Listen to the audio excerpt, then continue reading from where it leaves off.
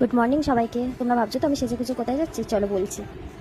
আর আমি একা যাচ্ছি না, আমার সাথে আমার বর্মশাইও যাচ্ছেন। ওই দেখেন রাস্তার মধ্যে হাঁটাহাঁটি করছে, কি আর করবে, অটোর চাকা প্রায় কিন্তু আধ ঘন্টা দাঁড়ানোর পর আমরা টোটো পেয়ে গেলাম। পাশে দেখছো ঝিঙ্কু ভাবে সেজে আছে, আবার সানগ্লাস দিয়েছে, শ্বশুর বাড়ি যাবে। ট্রেন তো আমরা মিস করেই গেছি। এইদিকে দেখো ব্যারাকপুরের রোডে কত জ্যাম, এত জ্যাম কাটিয়ে যেতে যেতে 1 ঘন্টা লেগে গেছে গাইস। আমাদের অবস্থা একদম টাইট হয়ে গেছে। এখানে তো আমার মাথা যন্ত্রণা অবস্থা শেষ। ওই যে যে ক্যামেরা খুলেছে, ক্যামেরার মাঝখানে ও আসবে না, সেটা হয় কোনোদিনও হয় না। ক্যামেরা খুললেই সবার আগে এটাকেই দেখতে পাবে আপনারা। ওরে বাবা, স্টেশনে মনে হচ্ছে মেলা বসেছে, দেখো কত ভিড়। এই ভিড় আর এই ভিড়ের মধ্যে দাঁড়িয়ে না থাকতে পেরে আমি কি করলাম, বসে পড়লাম। বসে ওয়েট করতে থাকলাম ট্রেনের জন্য।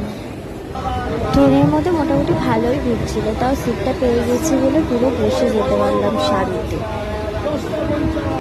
এসেই দেখো তোমরা খেতে বসে পড়েছি, যেহেতু আমরা না বলে এসেছি তার জন্য আজকে শীতল পান্তা ছিল, আলু ভাজা ছিল, তার সাথে ডালের বড়া ছিল। সেটা দেখে তো বড় বসে ভীষণ খুশি হয়েছে। আর দেখো কেমন মেখে মেখে খাচ্ছে, আর বাবা দেখে হাসছে যে আমি ভিডিও করছি বলে। সন্ধ্যাবেলায় কিন্তু আমরা সবার জন্য ফুচকা কিনতে গেছিলাম। আর আপনাদের যদি এরকম ছোট ছোট ভিডিও দেখতে ভালো লাগে তাহলে চ্যানেলটিকে সাবস্ক্রাইব করে দিও।